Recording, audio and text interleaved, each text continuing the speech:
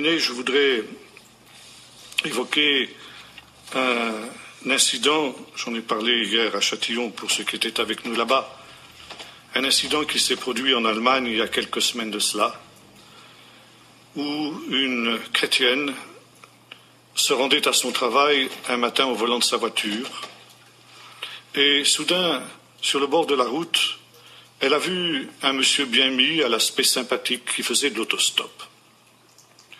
Elle avait pour coutume, disait-elle, de ne jamais prendre d'autostoppeur, d'abord parce que c'était une femme, et deuxièmement, on ne sait jamais sur qui on tombe quand on prend des autostoppeurs, et systématiquement, elle évitait de prendre des personnages qui faisaient ainsi d'autostop. Mais ce jour-là, ce monsieur avait un air tellement sympathique, elle a été poussée, presque malgré elle, à s'arrêter et à prendre ce personnage en autostop. Le monsieur s'est installé à l'arrière de la voiture, la dame a démarré, et quelques minutes ont passé, et au bout de quelques minutes, le monsieur a ouvert la bouche et a dit ceci: « Déjà, les trompettes sont à la bouche. » La dame était surprise, dit « Mais quoi? Qu'est-ce que vous avez dit, monsieur ?» Alors il a répété une deuxième fois: « Déjà, les trompettes sont à la bouche. » Et la dame, de plus en plus surprise, lui dit « Mais je ne comprends pas. Qu'est-ce que vous voulez dire? Qu'est-ce que vous avez dit? Expliquez-vous » Et une troisième fois, il a répété « Déjà, les trompettes sont à la bouche. » Et il a dit cela avec un ton tellement grave et tellement solennel que la dame s'est retournée pour voir son interlocuteur, pour regarder son interlocuteur. À sa surprise, il n'y avait plus personne à l'arrière de la voiture. Vous imaginez le choc, le traumatisme qu'a subi cette femme. C'était trop pour que, puisqu'elle n'en pouvait supporter, elle a dû arrêter sa voiture et sortir de sa voiture pour reprendre ses esprits. Et pendant qu'elle était là, affalée sur le capot de sa voiture, sont passés 2 gendarmes à moto. Et ils ont vu cette femme qui était là, vraiment dans des conditions, dans une situation qui semblait pas normale. Alors ils ont fait demi-tour, ils se sont arrêtés à sa hauteur. Ils ont dit « Madame, ça va pas? Vous êtes malade? Vous avez un malaise? Est-ce qu'on peut vous aider? Vous avez besoin de quelque chose ?» Elle a dit « Non, laissez-moi tranquille. » Il dit « Mais non, c'est pas normal, ça va pas bien. » Elle dit « Qu'est-ce qui vous est arrivé ?» Il dit « Si je vous le dis, vous allez me prendre pour une folle. » Alors les gendarmes ont dit « Mais ça fait rien, dites quand même. » Alors elle a commencé à raconter son histoire. Et au fur et à mesure qu'elle racontait son histoire, elle voyait ces 2 gendarmes qui se mettaient à pâlir. Et puis à perdre toute contenance. Et à un moment, c'est elle qui s'est arrêtée, qui a dit à ces deux gendarmes « Mais ça va pas, messieurs, vous vous sentez mal ?» Et les gendarmes lui ont répondu « Madame, vous êtes la 6e personne qui nous raconte cette histoire ce matin. Déjà, les trompettes sont à la bouche. Le jour de mes rachetés est arrivé, dit notre texte d'Ésaïe 63. Alors, quelle heure est-il à l'horloge de Dieu? Voyez-vous, je disais tout à l'heure, quand il y a 30 ans de cela, je suis venu pour la dernière fois. C'était déjà notre sujet, notre frère l'a rappelé tout à l'heure, j'avais parlé, disait-il, il me l'a rappelé, moi j'avais oublié, sur la question des ossements desséchés d'Ézéchiel et d'Ézéchiel 38, le Gog et Magog, maintenant je m'en souviens. Mais les choses étaient loin d'être aussi avancées qu'elles ne le sont. 30 ans après, eh bien nous sommes maintenant dans les derniers instants, à la veille de ce drame, ce ultime drame de l'histoire de l'humanité, celui où le Seigneur viendra pour exercer son jugement sur les nations et pour exercer son salut pour ceux qui l'attendent. Et alors, je conclurai de la manière suivante, en citant un autre texte du livre du prophète Ézéchiel, du prophète Ésaïe plutôt, qui nous dit que quand le Seigneur viendra, eh bien ce sera pour sauver les justes et juger les pécheurs. Jésus nous dit la même chose aussi lorsqu'il nous parle de son retour.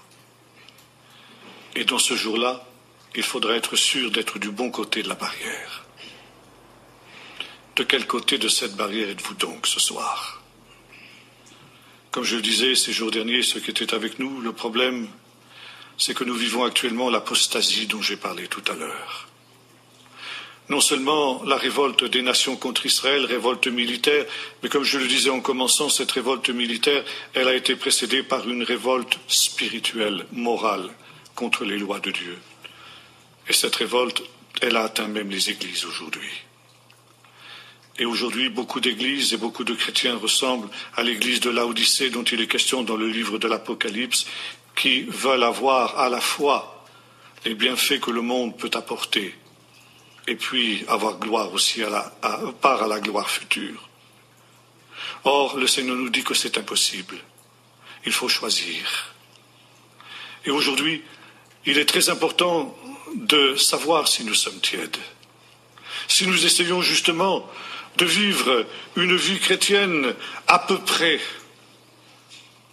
dans laquelle il n'y a pas justement de véritable consécration et de véritable recherche de la volonté de Dieu, où la volonté de Dieu a cessé d'être la priorité dans la vie de nombreux chrétiens.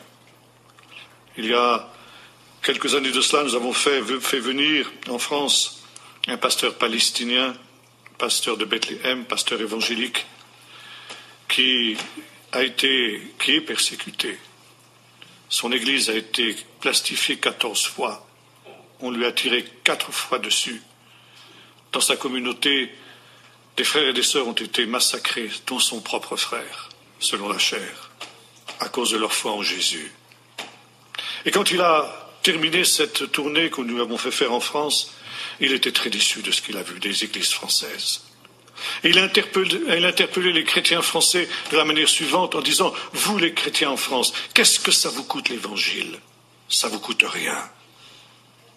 Vous dites « Aujourd'hui je n'irai pas au culte parce qu'il fait trop chaud. » Et le dimanche suivant vous dites « Je n'irai pas au culte parce qu'il fait trop froid. » Et le jour de la réunion de prière vous dites « Je n'irai pas parce que j'ai la leçon de judo du petit. » Et ainsi de suite. Vous ne vous intéressez à l'évangile que quand vous n'avez rien de mieux à faire. Et vous imaginez que le Seigneur vous prendra quand il viendra. Vous vous trompez. Nous, nos chrétiens, à Bethléem, quand ils vont au culte le matin, le dimanche matin, ils ne sont pas sûrs qu'ils vont rentrer vivants. Ils savent ce que ça coûte l'évangile. Un évangile qui ne vous coûte rien n'est pas le véritable évangile. Un évangile pour lequel vous ne payez aucun prix, pas seulement en argent, mais en consécration, est un évangile de la tiédeur. Et le Seigneur dit, comme il le disait de cette église de Laodicée, je te vomirai de ma bouche.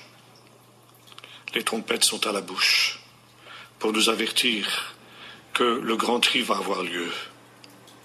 Et par conséquent, il faut sortir de cette position que l'on croit souvent tellement équilibrée.